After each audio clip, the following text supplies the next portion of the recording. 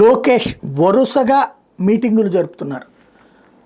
తను ఒక ఖచ్చితమైనటువంటి కాన్సెప్ట్ తెర మీదకి తీసుకొచ్చారు.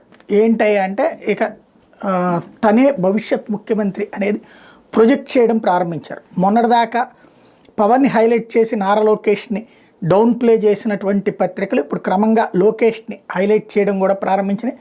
అదే సమయంలో పవన్ని డౌన్ ప్లే చేయడం కూడా ప్రారంభించినాయి. సేమ్ టైం ఇప్పుడు లోకేష్ వచ్చేటప్పటికి కేంద్ర మంత్రుల దగ్గరికి ఒకటి తన శాఖకి సంబంధించి అశ్విని వైష్ణవ్ని కలిశారంటే ఒకటి, కానీ ఆ తర్వాతన రాజ్నాథ్ సింగ్ రక్షణ మంత్రిని, అట్లాగే ధర్మేంద్ర ప్రధాన్ కేంద్ర విద్యాశాఖ మంత్రిని, కేంద్ర భారీ విద్యాశాఖ మంత్రి అంటే ఈయన కూడా విద్యాశాఖ కాబట్టి చేయొచ్చు, కానీ కేంద్ర భారీ పరిశ్రమల శాఖ మంత్రి కుమారస్వామిని ఇవన్నీ వరుసగా కలవడం అంటే ప్రధానమైనటువంటి అంశం ఏంటంటే భవిష్యత్ ముఖ్యమంత్రి అభ్యర్థి తనేనన్నటువంటి విషయాన్ని అక్కడ ప్రధానంగా ప్రొజెక్ట్ చేస్తున్నారు. అదే సందర్భంలో రాబోయేటటువంటి రోజులలో తెలుగుదేశం పార్టీకి ఆల్రెడీ తనే లీడర్, భవిష్యత్ లీడర్, రాష్ట్రానికి కూడా కాబోయే వారసుడు అన్నటువంటి విషయాన్ని స్పష్టమైన సంకేతం వస్తుంది. ఇప్పుడు ఫర్ ఎగ్జాంపుల్ సవిత ఉంటారు, లేకపోతే అనిత ఉంటారు, వీళ్ళు వెళ్ళి ఏమైనా కేంద్ర మంత్రులు కలిసి వస్తారా?